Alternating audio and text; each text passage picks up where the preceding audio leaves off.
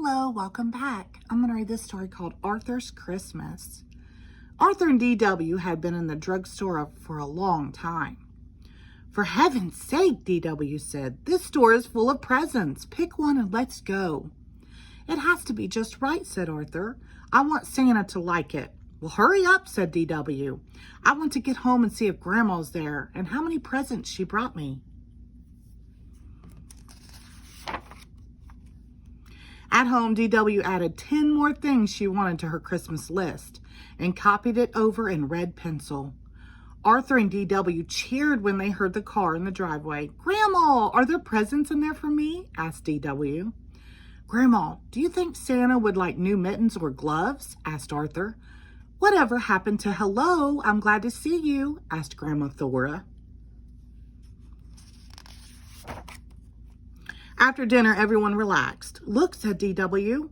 I teached Killer a trick. Taught, said Grandma. You taught Killer a trick. But DW didn't hear. She had seen something on television to add to her list. Arthur, what's the matter? Asked Grandma. I haven't found the right gift for Santa, said Arthur. Only 2 shopping days left, reminded DW.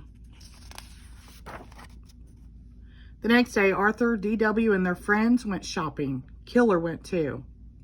Arthur searched the entire store and still couldn't find the perfect gift for Santa. What's the big problem? Asked DW. I can see 100 things I want. Let's go tell Santa. Santa, what would you like for Christmas? Asked Arthur. Ho, ho, ho, laughed Santa. You just leave the giving to me. DW had her picture taken, patting Santa's tummy. Buster was next. Santa, be careful coming down the chimney at our house. My parents always forget to put out the fire. Ho, ho, ho, said Santa. Don't worry, I'll use the front door. Then it was Francine's turn. Have you been a good little girl? Asked Santa. Oh, yes, smiled Francine. I'm always good. Always? Asked Santa. Afterward, Buster treated them all to ice cream. Arthur could hardly finish his root beer float. He had only one more shopping day. Look, said Francine, Santa eats ice cream. I'll have a banana split with 6 scoops of bubble gum ice cream, said Santa, with double hot fudge, whipped cream, and nuts. I'll say he eats ice cream, said DW. At home, Arthur asked his family for help. How about a nice, colorful tie, said Father. Aftershave is always a good gift, said Mother. I bet Santa could use some toasty, warm long johns, said Grandma. Arthur, you're taking this shopping too seriously, said DW. Just do what I do. Get everyone the same thing.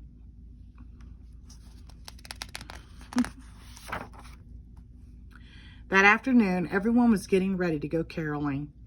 But Arthur didn't have time for Christmas carols. Time was running out. Please come along, begged DW.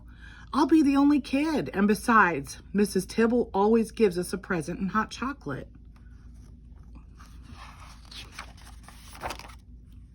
Arthur went window shopping instead, hoping that would give him an idea for Santa's present. Santa was ho-ho-hoing and drinking a diet root beer at the car wash.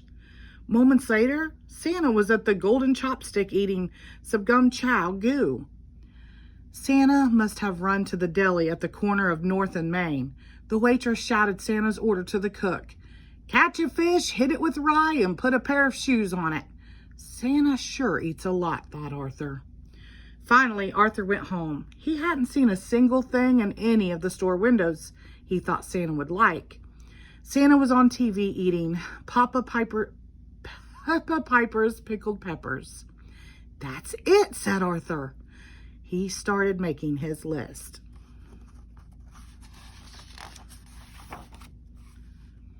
Arthur counted his money. DW, he said in his sweetest voice. Okay, how much do you need? Asked DW. But only if you promise to stop being such a grouch. The next morning, Arthur gave DW half of his list. He took the other half.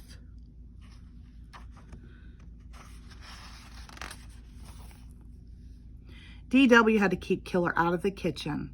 while Arthur made Santa's present. "What's all that noise?" asked Father.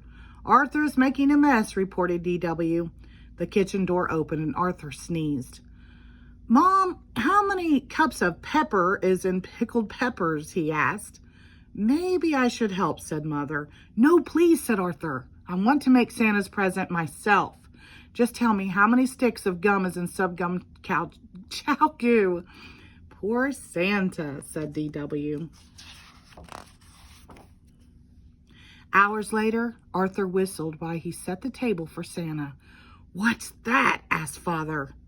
"Pickled peppers, a hot fudge sundae on bubblegum ice cream, and subgum chow goo. I sort of combined Santa's favorite foods," Arthur explained. "What's that big lumpy thing that's moving?" asked Grandma. "A pizza to go," said Arthur, "with everything on it." "If you want Santa to come, you'd better go to bed," said Mother. "If you want Santa to come," thought DW, "we'd better do something about that food."